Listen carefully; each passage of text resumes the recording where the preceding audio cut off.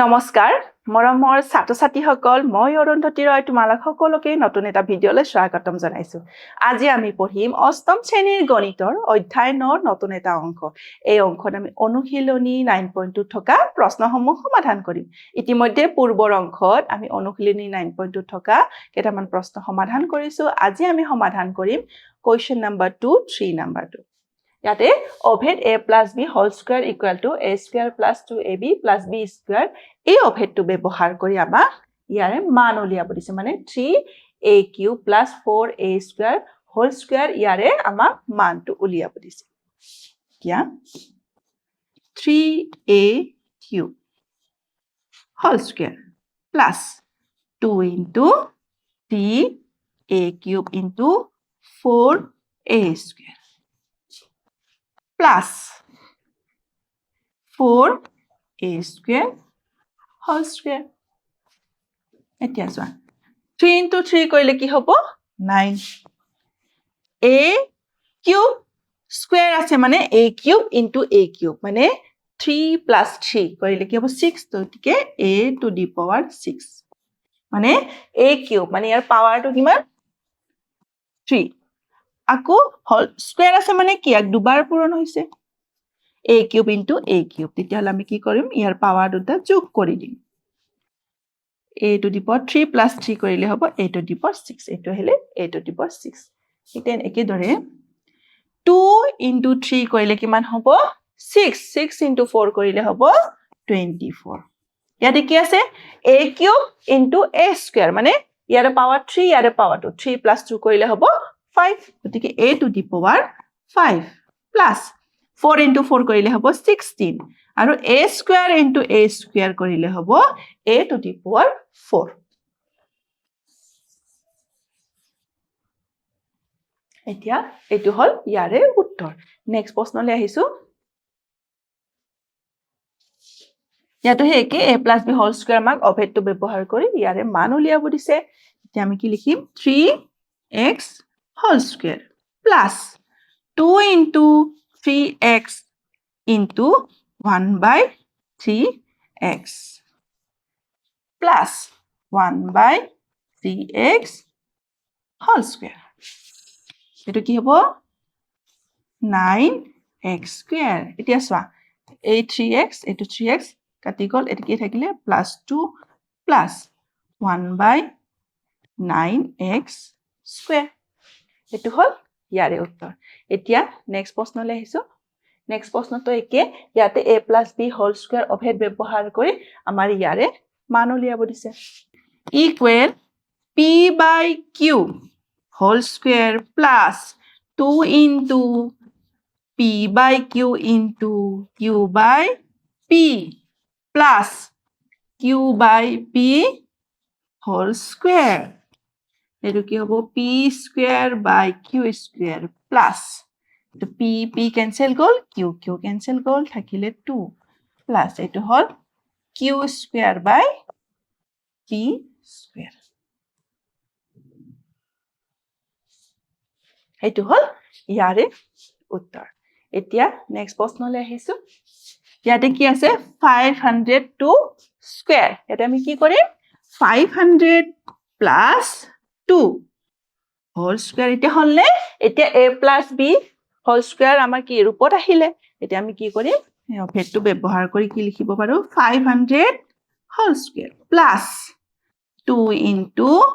500 into 2 plus 2 square এটা হ'ব 250000 plus 2 into 500 কৰিলে কিমান হ'ব 1000 into 2 কৰিলে হ'ব 2000 plus 2 into 2 কৰিলে হ'ব 4 এটা আমি গুটেখিনি কি কৰিব লাগিব এটা প্লাস কৰিব লাগিব এটা কি হ'ব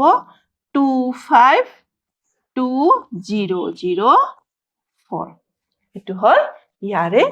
উত্তৰ এতিয়া নেক্সট প্ৰশ্নলৈ আহিছো ইয়াতো কি দিয়া আছে 9.5 স্কয়াৰ আমি ইয়াক কি ৰূপত নিম a plus b whole square আমি ৰূপত লৈ যাব লাগিব কেনেকৈ নিম 9 plus 0.5 হোল স্কয়াৰ এতিয়া হলনে a plus b whole square formula নিচিনা হৈ গল এতিয়া আমি কি লিখিম এটা কি আছে a স্কয়াৰ মানে কি হ'ব 9 স্কয়াৰ প্লাস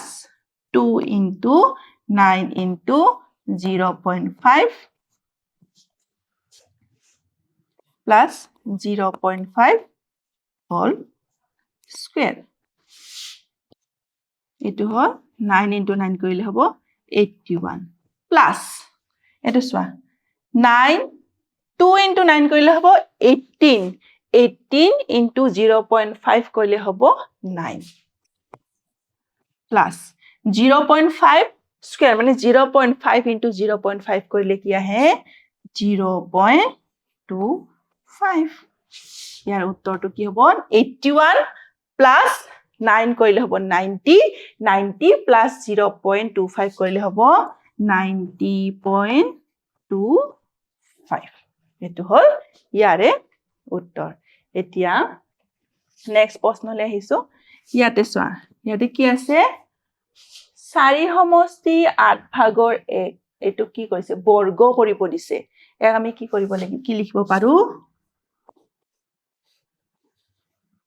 আমাক a plus b whole square ৰূপত যেহেতু নিব দিছে আমি কি লিখিছো এটো 4 যোগ 8 ভাগৰ 1 ইয়াৰে আমি কি কৰিম এতিয়া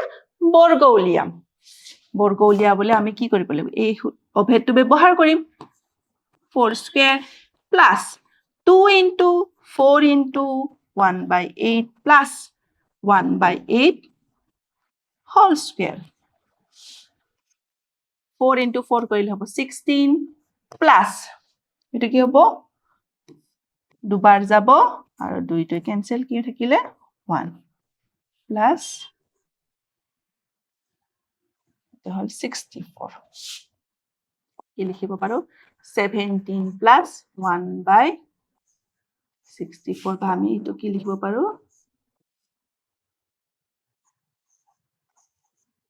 এনেকৈ লিখিব পাৰো এটো হল ইয়াৰে উত্তৰ এতিয়া নেক্সট প্ৰশ্নলৈ আহিছো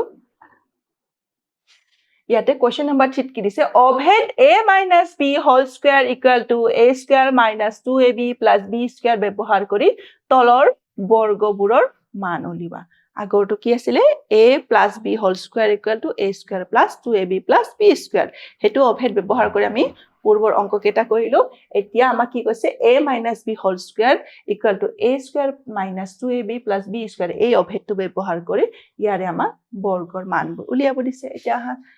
আসুন ইয়াতে কি দিয়া আছে x minus 7 whole square x minus 7 whole square মানে a minus b whole square এটা কি হ'ব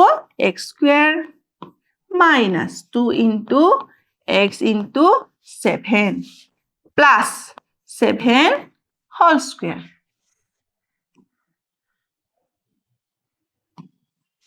এটা কি হ'ব x square minus 2 into 7 কৰিলে হ'ব 14 into x হলে 14x plus 7 into 7 কৰিলে হ'ব 49 এটো ইয়াৰে হল উত্তৰ এতিয়া নেক্সট কি আছে 6x minus 5 whole square 6x whole square minus 2 into 6x into 5 plus 5 whole square তো কি হ'ব 6 into 6 কৰিলে হ'ব 36 x into x কৰিলে হ'ব x square minus 2 into 6 কৰিলে হ'ব 12 12 into 5 কৰিলে হ'ব 60 into x কৰিলে 60x plus 5 into 5 কৰিলে হ'ব 25 এটো আমি কি পালো ইয়াৰে উত্তৰ পালো এতিয়া নেক্সট প্ৰশ্নলৈ আহিছো ইয়াতে কি দিয়া আছে 10x square minus 3y whole square ইয়াৰে আমাক কি কৈছে মান উলিয়াব দিছে কোনটো অভেদ ব্যৱহাৰ কৰি a minus b whole square গতিকে a ঠাইত কিমান আছে 10x square মানে কি লিখিম 10x square whole square minus 2 into 10x square into 3y plus b square গতিকে b মানে কিমান 3y whole square এটো কি লিখিব পাৰো 10 square হলে কিমান হয় 100 x স্কয়াৰ মানে কি লিখিব পাৰো x to the power 4 minus 2 into 10 কৰিলে হ'ব 20 20 into 3 কৰিলে হ'ব 60 আৰু কি আছে x square into y plus 3 into 3 কৰিলে হ'ব 9 y into y কৰিলে হ'ব y স্কয়াৰ এটো হল ইয়াৰে উত্তৰ এতিয়া নেক্সট প্ৰশ্নলৈ আহিছো